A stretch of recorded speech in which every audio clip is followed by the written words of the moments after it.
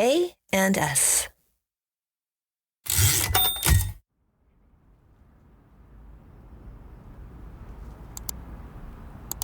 Hey everyone, thanks for practicing with me today. We're going to do a approachable but progressive sequence designed to get us toward full I imagine wheel. Lauren Lewis on her yoga mat, her child and dog running in front of her camera as she teaches free online yoga classes to build community across the distances of COVID-19. In lieu of the hands-on adjustments we all crave, Lauren welcomes us individually, looking us each in the eyes through the Zoom screen. I can imagine this because it happened. It's a palpable and healing memory through which Lauren taught me so many lessons about showing up. Lauren lives with deep compassion and a tenderness that belies a firm inner strength and adventurous spirit. Lauren just shows up. Take notice. How is your body today? How's your heart?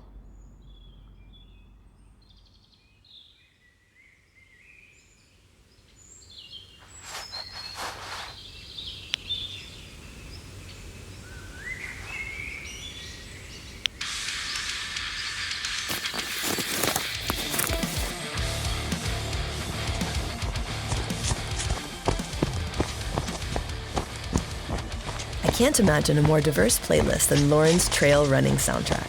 She's fueled by Ani DeFranco and Rage Against the Machine to get through her workout in the hills of motherhood.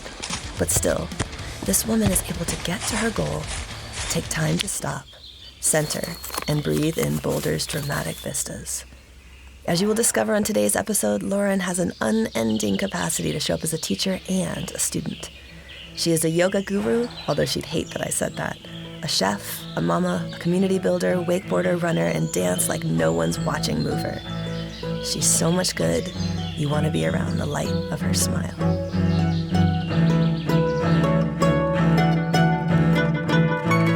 On the Ampersand, we call this bringing together of the impossible the alchemy of anding. Together, we'll hear stories of humans who imagine and create by colliding their interests. Rather than thinking of and as a simple conjunction in that conjunction-junction kind of way, we will hear stories of people who see and as a verb, a way to speak the beautiful when you intentionally let the soft animal of your body love what it loves. As St. Mary Oliver asks, what is it you plan to do with your one wild and precious life? Oh, I love this question. When I'm mothering, creating, and collaborating, it reminds me to replace a singular idea of what I think I should become with a full sensory verb about experiencing. I'm Erika Randall. This is Lauren Lewis on the Ampersand.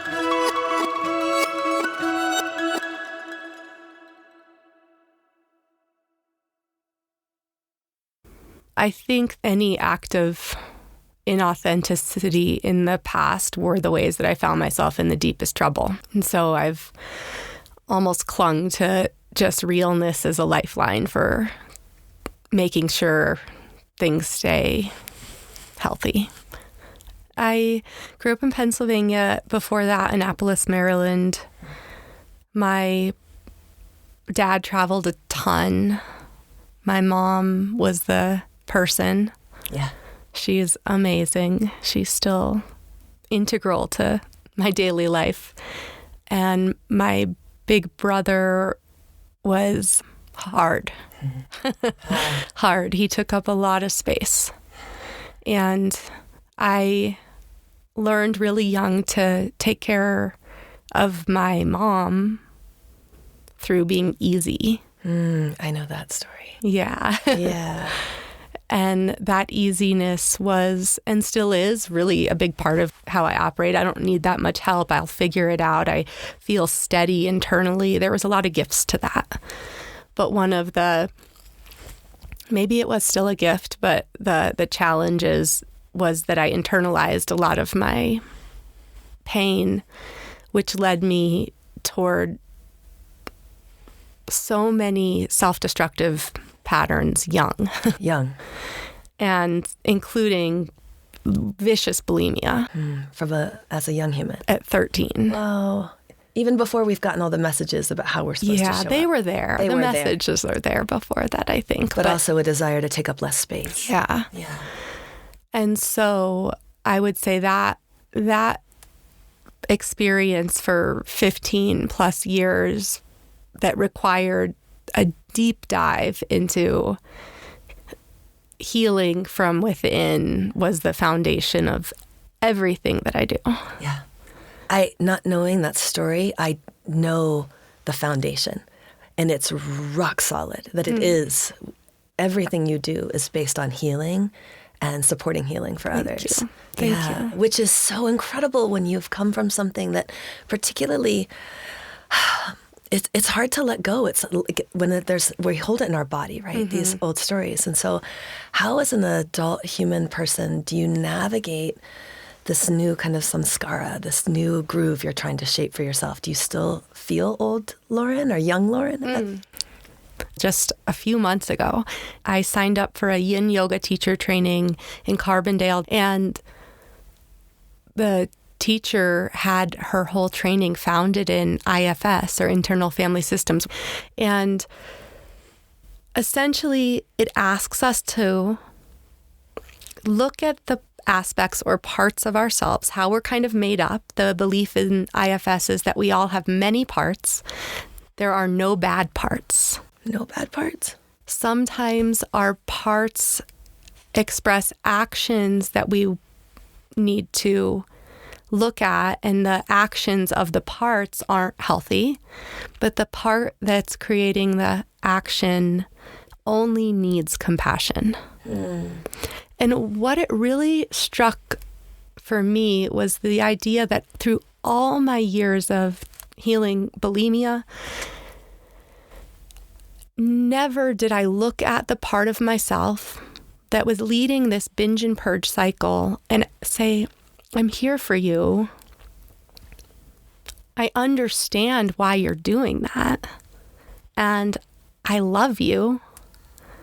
I often say to people, like a lot of people that are in my life that give me reflections, say, you're so hard on yourself, and I always think, if you only knew where I came from, I've come so far.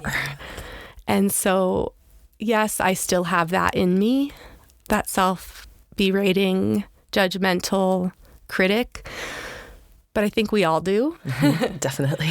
And I really, really feel that the continuous, like one foot in front of the other, not linear, but constant seeking of self-compassion as a foundation for helping other people find that is something that I am committed to. Yeah, you are. And did it come first? Was it embodied? Was it yoga? Or was it a new relationship to food? And so chefing? Or was it, or what? Was it a whole other different Anding that is you? They were all so coinciding. Really? Like all of this just came mushroomed up. Yeah, kind of. It's interesting. I think yoga first. When I was 17, I walked into a yoga studio at 24 Hour Fitness, and the teacher, I didn't even know really what yoga was. The teacher, this older woman, I sometimes think I made her up, led a class. There were people of all different body types in the class. I didn't know what I was doing. I remember the outfit I was wearing, which is so weird. I never think of clothes, really. Yeah. I just remember everything about my body. And I remember doing fish pose or this heart opener and tears just starting to pour from my eyes. And it was the first time that I thought that our bodies hold emotion. I mean, I didn't even know that, you know? You experienced it. Yeah. And I was like, what was that? What was that earthquake through my heart, sternum, and then chakras? Yeah. And then the 8-limb path. Yeah. So you went right into it. That was the beginning of like a daily practice for me. Okay. I was still in college, and... You were studying nutrition at CU? No, I was studying sociology. Sociology at CU, okay. I did go to nutrition school after CU and culinary school. Yeah. So when I got into this yoga realm, I started to think about how we take care of our bodies actually impacts, our vitality, our life force. And I knew that food was a huge part of my life from an Italian and Russian family. And after college, I was like, what am I going to do? And I thought the only thing that really interests me is cooking. Really? Yeah. So you love cooking, even though you were dealing with eating disorders. Yeah. You still love the time in the kitchen. Yeah. Can you navigate that for me? Because as someone who also suffered with abuse with food, I was absolutely anti the kitchen. Yeah. I was just like muffins in the purse. I was not someone who thought there was any possible healing in the kitchen. How did you find that? Was it a connection to your lineage, your family? Mm-hmm. I think your experience is really common and totally understandable. And what happened, I think, in reflection was I understood that food really meant love from a young age, because we'd have huge family gatherings, we'd eat, we'd cook, my grandmother's. And so when I determined that I was maybe unlovable... You rejected that love. Yeah. And so the reclamation of my self-worth came through learning how to feed first others and then myself with healing food, Yeah. So cooking as a love practice. Yeah. Yeah. And as a meditation? Yeah. Yeah. So maybe I'm just a terrible meditator, not a terrible cook. No, you just gotta, also as a form of creativity, which is like your wheelhouse to the max. Yeah. It's one of my culinary mentors said, learning to cook from the heart or without recipes, but like really using your intuition as a form of creativity, and creative expression is a form of healing. And so when we can get in there and smell the basil and look at what's growing locally, or like the vibrance of a butternut, and kind of approach it from art, it takes away the pain of the language that we've learned around restriction and portion. Yeah. Yeah. And a perfect dice, who cares? Oh my God, a perfect dice. I have so much dice shame. Really, I'm like, oh, nope, nope. Yeah. No. You're not alone there. Okay, I'm not alone. Everyone that comes to the kitchen is like, I'm sorry, this is going to be terrible. I'm like, it's the journey. It's the journey. And the infusion of the, intention of the food. It's not the dice. But it gave that love back to you, and it changed your relationship with eating, your body, while also weaving asana yoga practice in. And then the other 8 limbs, what's your favorite limb?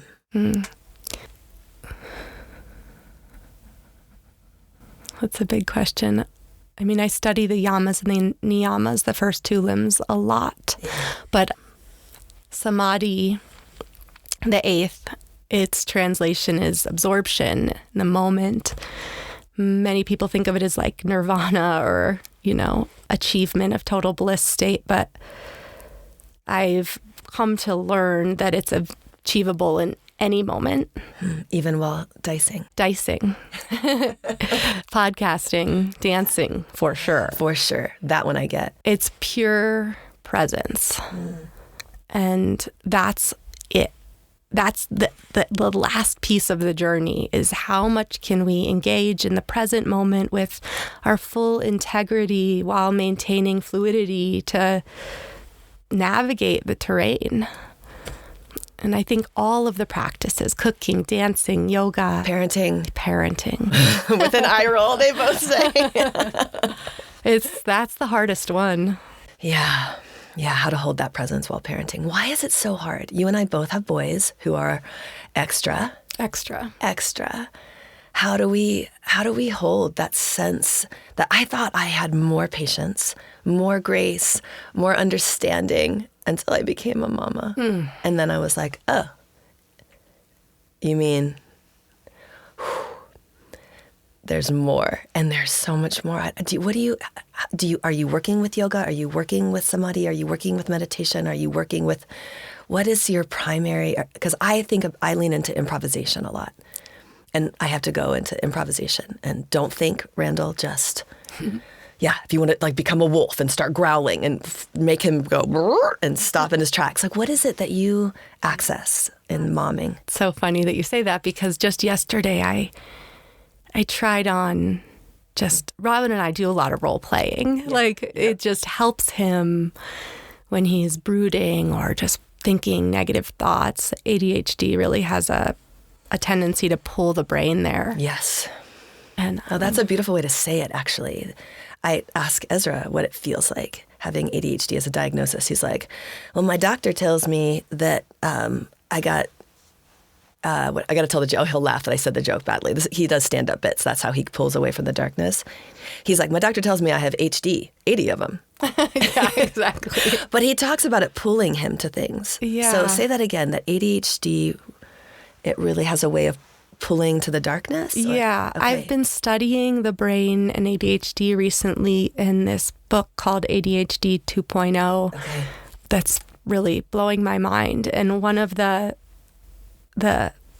there's kind of two states of the brain that most neurotypical people have. One is active flow state where you're engaged in a task, and then one is more creative state where you can sit and think and create. And it goes dark because of the experiences that they've had. Their tendency is to think of the likelihood of messing up or challenge or inability to execute a task. And it gets them into a more depressive state than typical brains. And so any switch, a quick push-up, a jumping jack, a dance party, Yes. role-playing. Yes. Anything that just can Yep. quick turn the track. Yeah, language doesn't turn the track. No. Like, Talking him out of it. Right. Nope. There's no negotiation to turn the track. Yeah. And so yesterday. yeah, I was just like, he was like, I pretended like I was being, I don't know, I was pretending to be someone I'm not. And he was like, oh, you're like a mean mom. Can you act like a mean mom today? And I was totally Yes, I role-playing that. What does a mean mom sound like? I can imagine. Like, now you go outside and you stay outside until you behave. And he was like, Like a yes day with a mean mom voice. Yeah. I love thinking of Lauren as mean mom. Yeah, I remember when I started growling at Ezra and how he started growling back, and it just helped us shift a really hard moment that was turning to that dark side. Yeah, improv is everything. As a yogi, as a chef, do you improvise? Yeah, you do? Well, with cooking, 100%. You do. So not baking, but cooking. Oh, baking too. Yeah. Okay, because I thought that was like chemistry and things could explode. It is chemistry, and there's a lot of wiggle room. Okay. A huge part of both yoga and probably dance and cooking is freedom from foundation. So when you learn why I say stack your knee over your ankle, or why I say oil the vegetable before you put it on the grill, then when you start to understand, the way that the ingredients, for example, function, there's freedom to generate an outcome that and the energetics of it all are a driving force for me. What does this pose feel like? What is its representation energetically? And what does this dish feel like?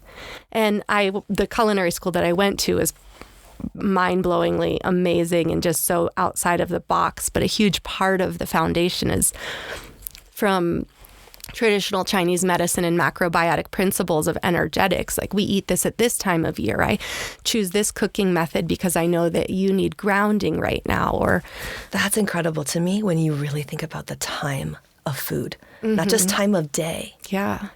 And it has a deep somatic change in the body when you work that way. Yes. So I'm a creature of habit, and I want the same thing every morning. And then I've never thought of my food in cycles like that because I'm not someone who goes to a garden. And then I feel guilty because I live in Boulder, and I'm like, wow, I eat more frozen. At least it's vegetarian food than maybe humans should or would want to see the boxes in my office. But I don't think of them as cyclical in the same way. How do you get people started in that conversation? Do we have to be farmers to do it? Do we have to stand under the waxing, waning moon and just be one with the carrots and under the earth? How do we have to do it? No, we don't have to go that far back. No, I it's so funny because before my son, I had these like idyllic principles around food, and now I'm cloth diapers. Yeah, exactly. You probably did that though. No, I didn't. Maybe for one day. One day. I did one day of the cloth diaper. This is not going to work out. But more power to those that do. Yep. Now I believe that do whatever you can do, like wherever. And I think there's so many elements to energetic alignment that it doesn't have to be the ingredient. It could be the mindset. It could be the music you listen to while you cook.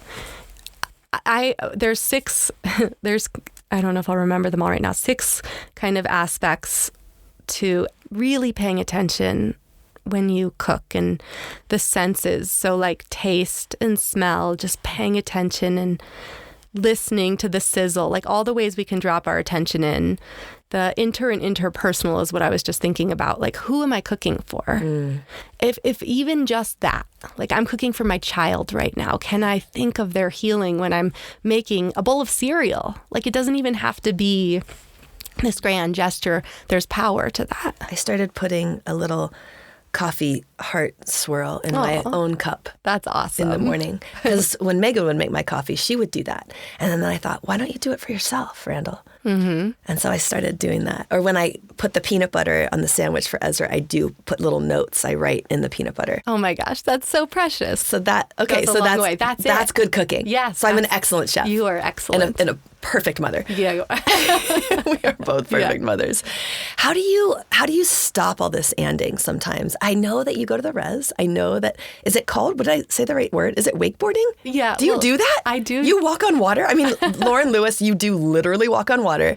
How do you do, what is that? I see people doing it. I'm like, what? That is like some serious sainthood. It's so fun. And wakeboarding is what I used to do when I was younger. And now I wake surf, which is for people that are older, because you go half the speed. Okay. But that seems harder because it's like, like slow mo.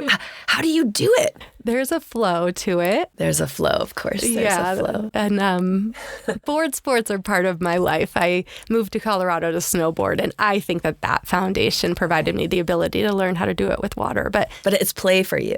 Yeah. Yeah. Yeah. It's not dance is really play for me too. It is. Even though I am no great dancer, I would say that's my most church-like experience. Like house party dancing, or do you go to classes? I go to a couple different. You do? Yeah. Oh my gosh, I didn't know that. Yeah. And so you just sweat and you just move and you be. Mm-hmm. And are you with presence? Are you invisible?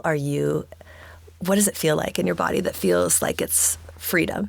I think when I'm dancing, it's the one place that I really, really like my body. Oh, wow. Well, that's a different story from my story. I love hearing that. What's your story? Well, just when dancing was the place I stopped liking my body. Oh, wow. Because of mirrors and meanies. Mm. Now I feel more, but because yoga is the place I go where I like my body. Oh, good. Yeah. I'm glad to hear that. I like how I feel when I'm dancing. But dancing has been the hard, I call her like the evil twin, that person in the mirror. Mm-hmm. Where when I feel her, when I'm dancing, one thing, but when I'm watching her or when I'm receiving critique from what I'm supposed to look like as a dancer, as a taller, curvy, all the things. And just having heard the story of the perfect body for dance for so long, you didn't grow up with that story. Right, I didn't. So when did dance come to you? Like, when did it help as a liberation practice? I think 5 Rhythms dance. Yeah, I think the first time I went to a 5 Rhythms dance experience with Melissa Michaels, who's here in Boulder, her language, the welcoming of sensation as a way to discharge emotion was new to me. Even though yoga held that, not to the degree. Yeah. And that was a big experience. I still can't really dance without crying. And our bodies hold it all. Yeah. And we've got to set them free. And so it's all layers of the same process. It's so beautiful. You're an incredible human person. Oh my gosh, so are you. Okay, this is time we get to do something fun. Okay, and you don't have to win. Okay. This is just fun, all right? So we're going to do the quick and dirty. Oh my gosh. Okay, I know. What are you most worried about, being quick or being dirty? You don't have to be dirty, but we do like to try to be quick and just see what comes up. Yeah, I'm just not quick. No, that's okay. You can be quick on your time zone. Good. Okay, good. Okay, so I know that you love music. I know that that's been a big part also of your teaching. But give me some songs on your yoga / cooking / dance playlist that you would have to have this and this and this and this. Can I do more like the songs that I run to? Oh yeah, because also you run. Because they're just way more diverse. Okay, we're going to put these on the Ampersand playlist. Trevor Hall. Yep. And Ani DeFranco. Yes. And Rage Against the Machine. Yes. And Propagandhi. And Rancid. And your podcast. I love this. I love Propagandhi next to Rage Against the Machine. So good. Yeah. Okay, I love it.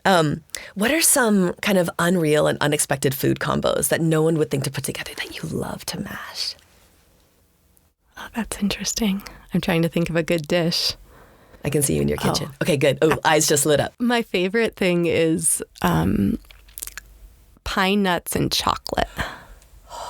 But like umeboshi pine nuts. Oh, specific, of course. Yeah. Salty, vinegary. Okay, with chocolate. Yeah. Or sweet and salty. Okay, sweet and salty. Okay, perfect. If that would be like, those are the rules, sweet and salty. Okay. You're in your yoga clothes, you're running, you're momming, so it's like the yoga uniform. What do you do to dress it up? Yoga pants and Doc Martens and earrings and a shawl. Yes to the shawl. Yes to the shawl. You host retreats for eating and moving. Favorite landing spot for a retreat that has "and" in it, so it might have to be 2. Costa Rica and Montana. Yeah. Those are on your usual cycle. That's amazing. Okay. This is one that I just want to know. When you get up in the morning, if there are 2 things you could do before parenting, what would they be? Coffee and a hike. By yourself. Yes, absolutely. Okay, and then one of our favorite things that happens, and you've listened to the podcast so you know, is that we ask our amazing guests to give advice as if they were sending off a beloved on a trip or a graduation or a moment. And it starts with "and." So what would you offer as your "and"? And may you believe in your capacity to hold all that you're asked to hold and find joy along the way. That was chef, yogi, mama, and healer Lauren Lewis on The Ampersand. The Ampersand is a production of the College of Arts and Sciences at the University of Colorado Boulder. It is written and produced by me, Erika Randall, and Tim Grassley. If there are people you'd like us to interview on The Ampersand, do please email us at asinfo@colorado.edu.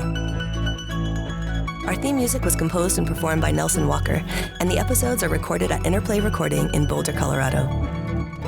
I'm Erika Randall, and this is The Ampersand.